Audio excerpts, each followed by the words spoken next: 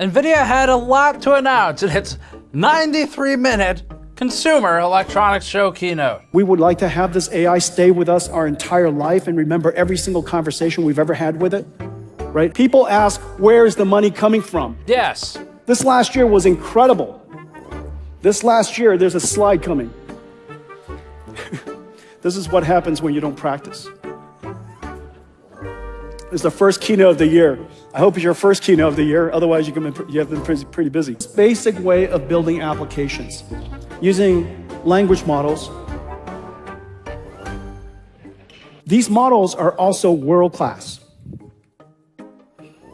All systems are down. This never happens in Santa Clara. I think my system's still down, but that's okay. I'll make it up as I go. Brought to you by the most powerful tech company in the world and the company in charge of the global economy. So it's not the strongest start. But you know, Jensen, AI is a little bit scary for a lot of people. So give us something cute, something that helps us drop our guard. But maybe if you think about it a little too much, it's still terrifying. You got anything like that? With Brev, I can share access to my Spark and Ricci, so I'm gonna share it with Anna. Hey Ricci, what's Potato up to? He's on the couch. I remember you don't like this. I'll tell him to get off. Hasta la vista, baby. That's right, NVIDIA saw Dogtober and decided it wants in on that market.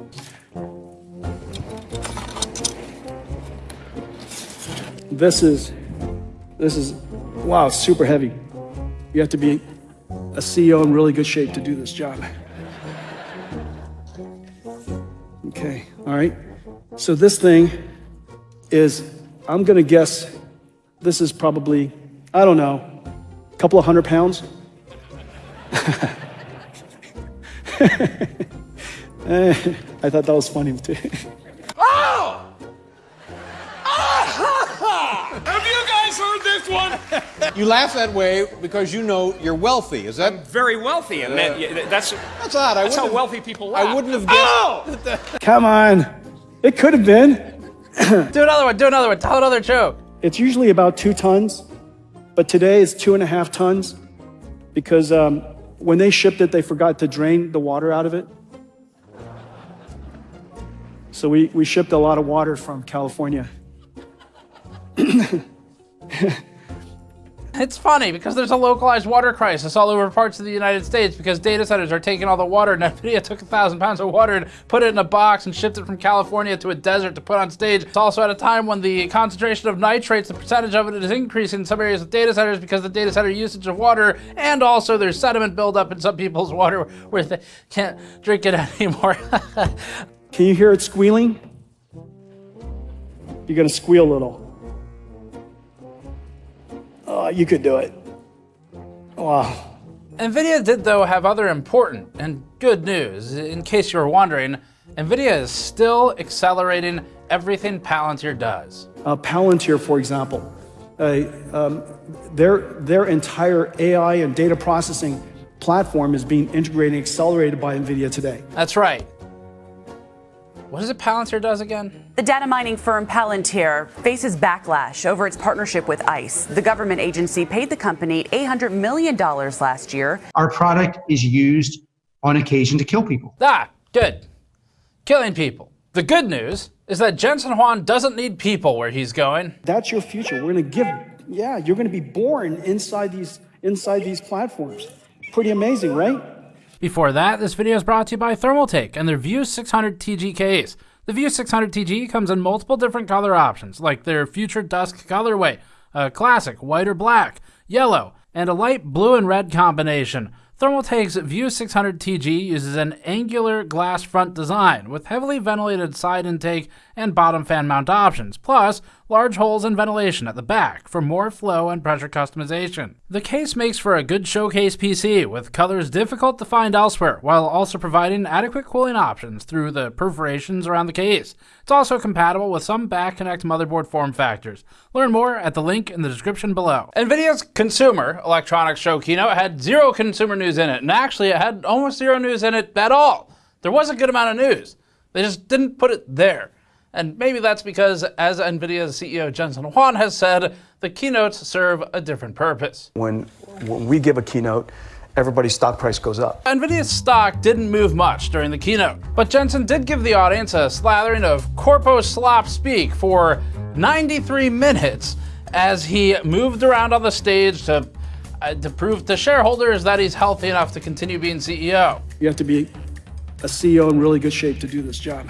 But it was 93 minutes for a good reason. We have about 15 keynotes worth of material to pack in here. Please, God, no. Please don't do that. NVIDIA's keynote covered a medley of the company's greatest hits like AI, self-driving cars, robots, AI, autonomous vehicles and machines, AI, and of course, money. What that means is some $10 trillion or so of the last decade of computing is now being modernized to this new way of doing computing. It's $100 trillion of industry, several percent of which is R&D budget, is shifting over to artificial intelligence. Almost $800+ billion. Hundreds of billions of dollars. Well, it turns out we have billions of dollars of supercomputers in operation. These are billions of dollars. Let's say a gigawatt data center is $50 billion. There's a couple of $100 billion in VC funding. Other than money, the keynote's few newsworthy details included Vera Rubin details on the company's upcoming platform that includes, it says, 6 new chips within one, as it calls it, AI supercomputer. They also had gaming news, but we'll come back to that. Kind of like how they never did. Jensen spoke at length about how NVIDIA co-designed the 6 new chips, the Rubin GPU, Vera CPU, NVLink 6 switch, ConnectX 9 SuperNIC Bluefield 4 DPU, and Spectrum 6 Ethernet switch, and mentioned how these would lower AI costs and improve performance. Jensen Huang even invited his robot friends to the stage from last year as well. I invited some friends. Did they come?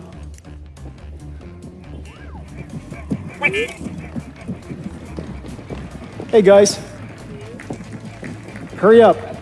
He then spent the ensuing 20 to 30 minutes doing the talking to an empty chair routine while he weirdly addressed the robots for everything instead of the audience. I mean, he was still using the second person you, but he would look over there at the robots and the audience seemed very confused about what to do. But maybe he's just preparing for when he replaces the entire audience with AI.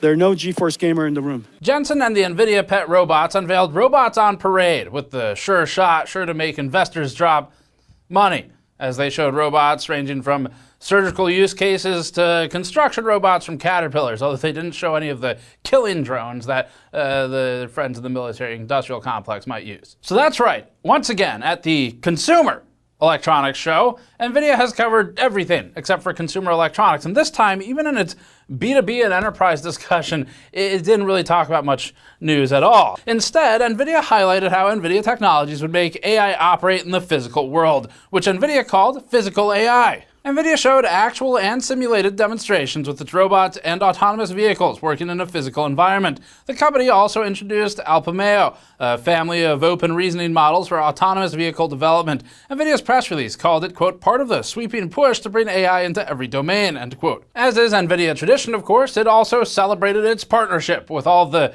B2B and enterprise companies out there. For example, Palantir. NVIDIA, could you just give us something, please? Anything. Like a drop of water in a desert. Anything. And although we're not announcing any new GPUs today. Okay, all right. So there aren't any new GPUs. It's fine. We didn't really expect any. It's not like they have the memory supply to ship for it right now anyway, because they've got to suck it all into the new systems that they have that pull somewhere around 2 terabytes for server. So in this video with Jacob Freeman, formerly of EVGA, he's talking about how NVIDIA actually did have consumer gaming news, just not a single piece of it was in the Consumer Electronics Show keynote. And actually, weirdly, the gaming side had more news than the non-gaming side, in terms of like news, meaning stuff that hasn't been said before. So for some reason, none of this stuff from the video that Jacob's in made it into the keynote at the Consumer Electronics Show, like literally none of it. It almost seems like NVIDIA thinks talking about gaming reduces the seriousness of their company to the investors they pander to now. We just wonder what Jensen Huang thinks about the PC gamers who built his company to where it is now. Like I said, nobody's as cute as you guys are.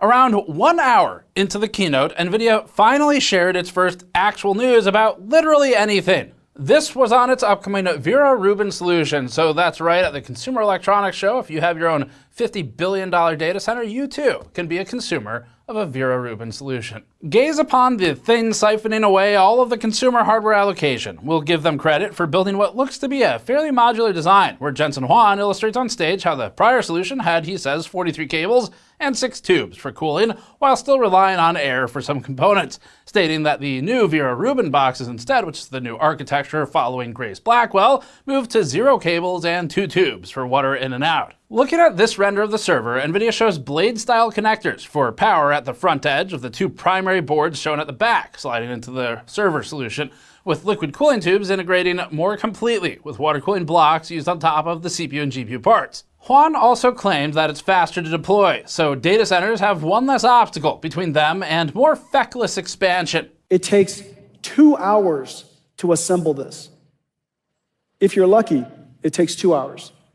And of course, you're probably going to assemble it wrong. You're going to have to retest it, test it, reassemble it. So the assembly process is incredibly complicated. And it was understandable as one of our first supercomputers that's deconstructed in this way.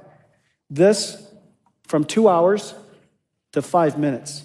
Huang says that the new server solution is 100% liquid cooled, up from a stated 80% on the prior model. He also claimed, and we're not sure how much of this was a joke versus wasn't, since it actually was unclear, that it has half a ton of water in a full rack of these Vera Rubin servers. The Vera part of Vera Rubin is the CPU, which NVIDIA says will have 88 cores, branded Olympus, 176 threads, a 1.8 terabyte per second NVLink connection, a 1.5 terabyte capacity of system memory with 1.2 terabytes per second of bandwidth on LPDDR5X, and will be a 227 billion transistor solution for the Vera CPU alone. The Rubin component is the GPU part, with a stated, quote, up to 288 gigabytes of HBM4, end quote, per GPU, with multiple GPUs per configuration possible. NVIDIA states a bandwidth of up to 22 terabytes per second. NVIDIA also makes a bunch of claims about performance of NVFP4 inference and training, stating 5x and 3.5x Blackwell for each, with the 22 terabyte per second HBM4 bandwidth getting a major line item here. Currently, the memory suppliers have shifted towards more HBM manufacturing to keep up with the data center GPUs like this.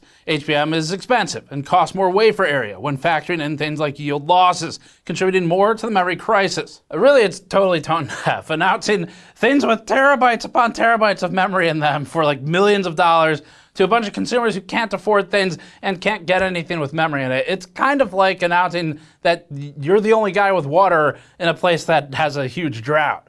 So we shipped a lot of water from California. Can you hear it squealing? Okay, look, but he didn't, it's not like he, in case you were wondering who cares, it's the tech billionaires and leaders of other trillionaire and soon-to-be trillionaire companies, all lining up with their handout to Jensen. OpenAI CEO and who just recruited the Grinch to steal Christmas in Whoville, Sam Altman, had this to say. Quote, the NVIDIA Rubin platform helps us keep scaling this progress so advanced intelligence benefits everyone, end quote. Elon Musk said, quote, green heart emoji, confetti emoji, rocket ship emoji, robot emoji. NVIDIA Rubin will be a rocket engine for AI. Rubin will remind the world that NVIDIA is the gold standard. See prior set of same emojis, end quote. I say the stupidest things. That cannot possibly be true. So the executive pickaxe trade continues, and once again, it's your data that they're mining. There's so many companies that would like to build, they're sitting on gold mines. Gold mine, gold mine. It's a gold mine, gold mine, gold mine. It does this repeatedly, token after token after token. And obviously, if you have a long conversation with that AI, over time, that memory, that context memory is going to grow tremendously.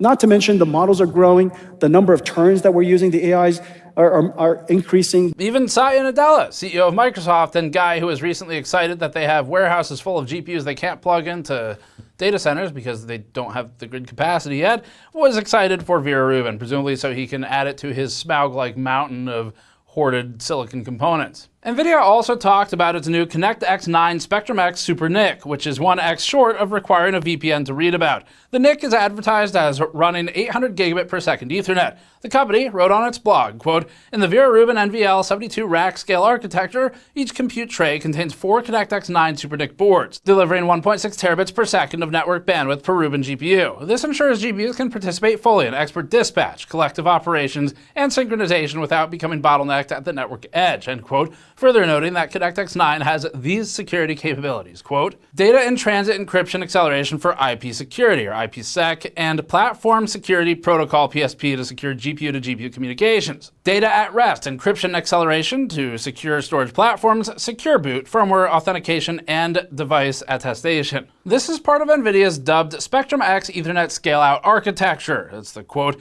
"using Bluefield 4 DPUs for handling, quote, networking, storage, security, and control services," end quote, across Rubin. Rubin consists of NVLink, the CPU, the GPU, Bluefield DPUs for network storage security needs, the SuperNIC, and the Ethernet switch. The end result is what NVIDIA refers to as new chips, 6 of them, to combine into its solution. That's a lot of supporting silicon to enable the GPU and the CPU to run inference and training tasks. Using all of these extra silicon components in the server means that the GPU and CPU can remain dedicated entirely to so-called AI processing workloads. For specs, NVIDIA published a table comparing Vera to Grace for the CPU. NVIDIA shows a move to 2 megabytes of L2 cache per core, 162 megabytes unified L3 up from 114 megabytes, an increase to 1.2 terabytes per second memory bandwidth from 512 gigabytes per second, a move to 1.5 terabytes of LPDDR5X capacity from 480 gigabytes maximally previously, faster NVLink solutions, and a move to PCIe Gen 6 and CXL 3.1 from PCIe Gen 5 previously.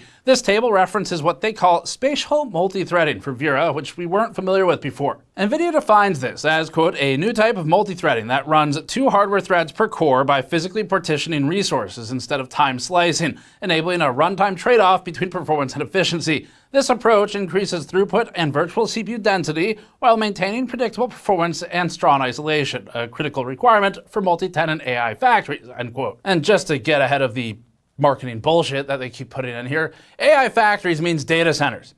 That is what that is. They're trying to brand it as a factory to make it seem like some kind of approachable blue-collar thing, presumably so they can go ask the government for more money and better regulations or something, but it is a data center. That's what that means. For memory, NVIDIA notes that it's using SOCAM, or small outline compression attached memory modules. These look something like this, pictured in a Serve the Home article from previously.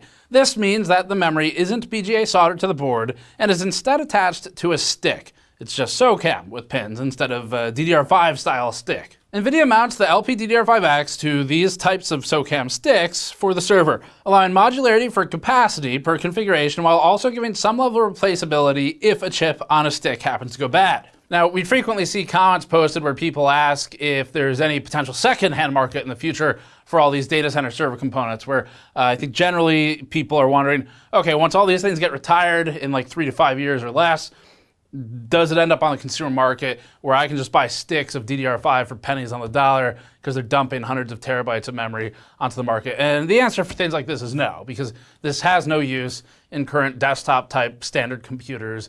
It may have a second-hand use for other types of data centers or startups or something, but there's effectively zero use for any of this in consumer. There may be a use also in, say, China, where in Shenzhen, you might find a guy at a shop who will desolder all the LPDDR5X from abandoned modules, although they seem worth more as SOCAM modules, and then put it onto something else. Maybe there's a use case there. Generally speaking, though, no, this is not something that you can just stick into an X870E motherboard or something. NVIDIA's block diagram shows the layout of Vera Rubin. The CPU connection to LPDDR5X sits at the top, going out to the SOCAM sticks at up to 1.5 terabytes of capacity. The CPU connects to PCIe Gen 6, depicted on both sides of the block, with NVLink C2C at 1.8 terabytes per second going to the 2 attached Rubin GPUs for the 1 CPU. These are depicted with 288 gigabytes of HBM4 each. And we covered this in our video entitled NVIDIA, what the fuck? Question mark, where we talk about how HBM actually requires more wafer area and allocation than a like-for-like capacity of something like, say, DDR, normal DRAM, DDR5 or something, or VRAM if you want to take that comparison. The reason for this is a combination of yield losses, where HBM has more yield losses because you've got a more complex set of things vertically stacked. If anything goes bad in there, you might have to throw out the entire chip, so you're throwing a lot more silicon. Two other factors, such as requiring separate I/O or control silicon solutions and interposer silicon solutions, although the interposers would come from TSMC, not from the memory factories, fabs, but we talk about that in our separate piece, NVIDIA WTF. So anyway, point being, at 288 gigabytes of HBM per GPU listed as a max capacity, that is more than just 288 gigabytes of memory per GPU offset from the consumer market. It would not be a one-to-one loss for consumer. It would be greater than that. NVIDIA also noted that Rubin is a 336 billion transistor chip for the full die solution, with 2 compute dies connected via fabric centrally rather than using a single monolithic chip, just like with Blackwell. NVIDIA continues to leverage ARM for multiple parts of its systems, one example being Bluefield 4 running 64 ARM Neoverse v2 compute solutions. The Bluefield 4 component alone has a listed memory capacity of 128 gigabytes, so even beyond the CPU and the GPU, these additional processors that are shipping with it are consuming huge amounts of memory. The previous generation was listed at 32 gigabytes. As for the Ethernet Spectrum 6 switch, NVIDIA notes a 102.4 terabit per second solution at 512 by 200 gigabit per second ports. NVIDIA illustrates performance with what it calls a, quote, expert dispatch benchmark, unquote, where completion time is measured in milliseconds. The NVLink switch tray is its own entire chassis, depicted here with NVLink 6 switches, spine connectors, and a claimed 3.6 terabyte per second per GPU all-to-all solution, also fully liquid-cooled and increasing water demands. NVIDIA spends some time towards the bottom talking about power consumption in its article, seeing as data centers are currently in the process of a ruinous takeover of the grid in the United States. This seems like something they would want to talk about. NVIDIA notes that it's attempting to improve efficiency, but of course, obviously, and they don't say this, it is still ultimately just ramping power consumption beyond what we actually have capacity for. The company showed power smoothing and GPU power draw in this chart, measured in megawatts, which really tells you everything you need to know. Now, you might be wondering what all this means for NVIDIA. Maybe you're not. I mean, but just let me get there. NVIDIA has published this helpful image showing the circle of what all this means. There's just one thing wrong with it. It was a small error they made 1 second. There we go. That's more accurate. The circle of profit. With all of that out of the way, we got some actual news in there. Look, I tried.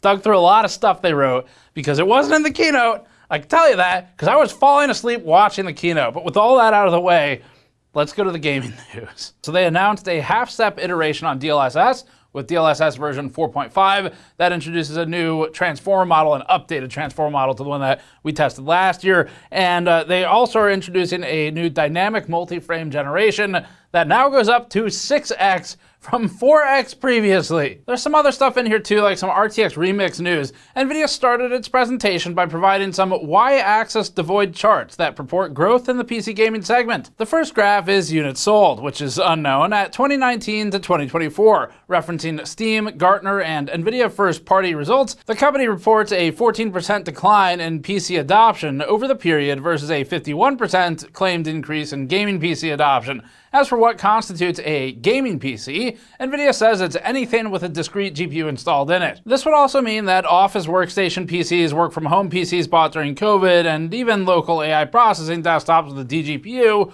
would be classified as gaming PCs. Since this chart crosses the COVID explosion in the PC market in 2020 through 2022, the growth in DGPU-equipped machines is unsurprising. It's masking whatever happened in the last year or so. What it doesn't show is 2025. That data's probably not fully in yet, to be fair, but the projections that are out now from some of the analyst firms in the industry are forecasting a reduction in PC purchasing just in general for 2026. Which is also not a surprise. NVIDIA also noted that its percent total of Steam install base has increased for Blackwell versus prior generations. The x-axis is months after launch, and the y-axis is who the fuck knows, but you could calculate this one manually if you cared. We'll start with the DLSS 4.5 changes. NVIDIA's DLSS 4.5 introduces 2 major changes: an updated transformer upscaler model and dynamic multi-frame generation up to 6x now for a semi-adaptive target frame rate solution, meaning frame generation will be reduced in scenarios where you're closer to your target frame rate and it would be increased in scenarios where you're further from it. DLSS 4.5's second generation transformer model, which is the new one for the upscaler, is available basically immediately to all RTX GPU users. So that goes back to the 20 series. It excludes only GTX cards, including GTX 16 series cards, with dynamic MFG 6X reserved for 50 series users who wish to enslopify their gaming. Adaptive multi-frame generation is pretty interesting. They're calling it dynamic, but we talked about Lossless Scaling's adaptive multi-frame generation previously. That's the $7 tool you can buy on Steam. We benchmarked some of those solutions and did image quality analysis, but what they do is a fractional multiplier as the minimum sort of divisible amount, where you can have, say, a 1.6x frame generation or something like that in order to hit a target frame rate that is defined in the software. In this situation, NVIDIA can only accept whole numbers. So they told us that 1 through 6x, or just no frame generation at all, are all possible values, but there's no fractional value in between. And NVIDIA also noted that it can run on either a manually set frame rate target, just a hard number, or you can set it to operate based on a refresh rate for the screen target. As for the updated transformer model, NVIDIA's first-party demo makes it appear as if some issues that we found previously have been resolved. In our early 2025 DLSS testing, for DLSS 4 at the time, which was done independently of NVIDIA's background pressure that we've detailed in the past, we found that the new DLSS transformer model sometimes had issues with ghosting and trailing edges on objects or UI elements. Overall, we did think it was an improvement on the CNN model, but it still had some areas to improve. The new transformer model in 4.5, according to NVIDIA's first-party capture they distributed, should resolve at least some of the ghosting, trailing edge, and UI element detail issues, such as text on the screen. We haven't yet tested this, but NVIDIA's first-party video demonstrating the feature does look to improve upon issues that we showed when we tested DLSS 4 last year. NVIDIA's demo with Oblivion Remastered helps show the ghosting issue in DLSS 4 versus 4.5. With 4.5 looking a lot better from the updated transformer model. NVIDIA says that its updates will primarily target performance and ultra-performance modes with super resolution for image quality improvements.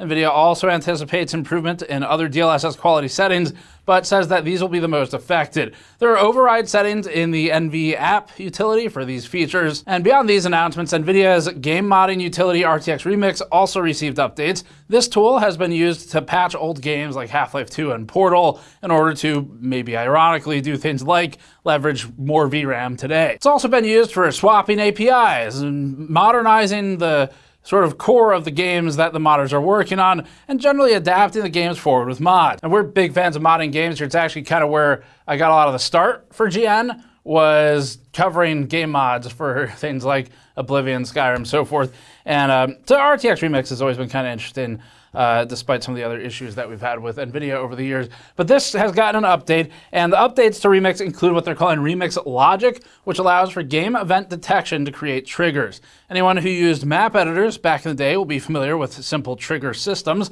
So something like opening a door or encountering a specific enemy will give modders the opportunity to easily insert game events tied to those. NVIDIA gave the example of a screen pulse in Half-Life 2 when enemies are near. They also showed some simple trigger response workflows with the update. In theory, this should make it a lot easier for people to mod the game without a whole lot of programming knowledge in the background. NVIDIA also discussed more of its in-game AI agent solutions. The only thing we'll point out is they're recommending 7 gigabytes of VRAM or more for using these features as it executes locally. NVIDIA's mid-range cards only have 8 gigabytes of VRAM in some cases, so they're really sort of just making everyone's point for them. NVIDIA also had some GeForce Now updates. We covered some of them in our recent video about NVIDIA. The one we covered, they didn't talk about today, which is the price going up effectively, because if you're over 100 hours of playtime now, you have to pay for more hours in 15-hour chunks for their game streaming service through the cloud. And as we talked about previously, that just means you're kind of sacrificing ownership of the device, but now you're also going to be giving away more and more money for just playing games. And although 100 hours a month sounds like maybe a lot of time, one, it's really not that much, but two, if you're idling in the games or maybe more common if you have friends, family, roommates, whatever, who may share typically a system with you to play on, then moving all of that to a single user account on GeForce Now would mean that you blow through those hours really fast if it's more than one user, which you could, of course, have with just a normal computer if you have a kid or a significant other or someone who might use the same device. So anyway, they didn't talk about that. What they did talk about was technically the 5080 tier now supports some more games. So that's the news on that.